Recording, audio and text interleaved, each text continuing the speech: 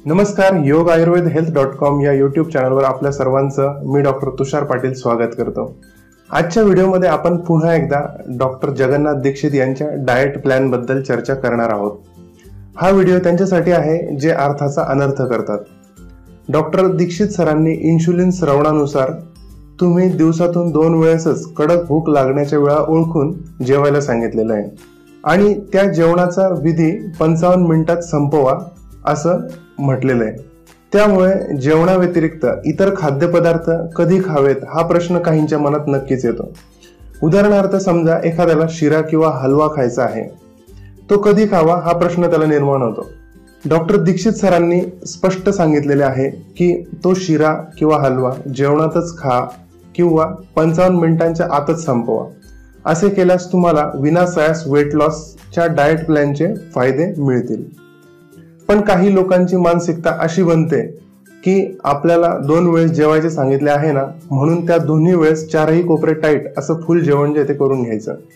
शिवाय जो जेवणाव्यतिरिक्त शिरा खायचा आहे तो सुद्धा पूर्ण जेवण झाल्यानंतर खायचा, पोटात जागा असो किंवा नसो। डॉक्टर दीक्षित यांच्या व्याख्यानात त्यांचे म्हणणे असे नक्कीच नाही, पण काही लोक आपल्या सोयीनुसार अर्थ अशा प्रकारे नक्की काढतील, त्यांच्यासाठी हा व्हिडिओ बनवला गेला आहे। मी आधीच सांगितले हे सर्व लोक करत असतीलच असं नाहीये, पण काहींमध्ये अशी प्रवृत्ती जी ती नक्कीच असेल। याबाबत आयुर्वेदातील काही महत्त्वाच्या गोष्टी आपणास माहीत असणं गरजेचं आहे।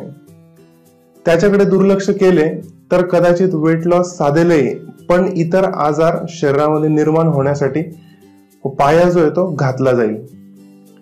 आयुर्वेदानुसार एकदा घेतलेले अन्न पूर्ण पचण्याच्या आधीच पुन्हा दुसरे अन्न खाणे याला अध्यशन म्हणतात। अध्यशन म्हणजे अधि अशन, अधि म्हणजे वर, अशन म्हणजे जेवण, म्हणजेच जेवणावर जेवण करण्यासारखं ते होतं। अजीर्णे भुंजिते यत्तु तद अध्यशनम उच्यते असे सुश्रुताचार्यांनी अन्नपान विधी अध्यायामध्ये सांगितलेले आहे। पूर्वीचे जेवण पूर्ण जीर्ण होण्याआधीच जेवण करणे म्हणजे अध्यशन। आधीचेच नीट पचले नाही आणि पुन्हा अन्न घेणे, अशा प्रकारे अध्यशन केल्यास आम म्हणजेच अपाचित आहार रस शरीरामध्ये तयार होतो।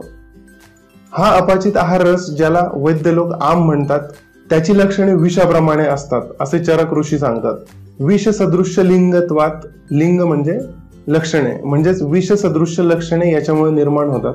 आणि त्याच्या पुढे असं जोडलेलं आहे की तत्परम असाध्यम, म्हणजे परम म्हणजे अतिशय, असाध्य म्हणजे ज्यावर कुठलीही औषधी चिकित्सा उपलब्ध नाही किंवा चिकित्सा देऊनही आजार बरा होणार नाही असे आजार या अध्यशनाच्या निरंतर सेवनाने होऊ शकतात।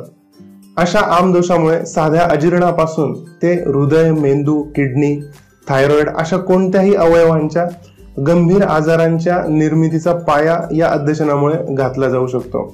म्हणजेच आमविष हे आजारांसाठी कारणीभूत ठरू शकते।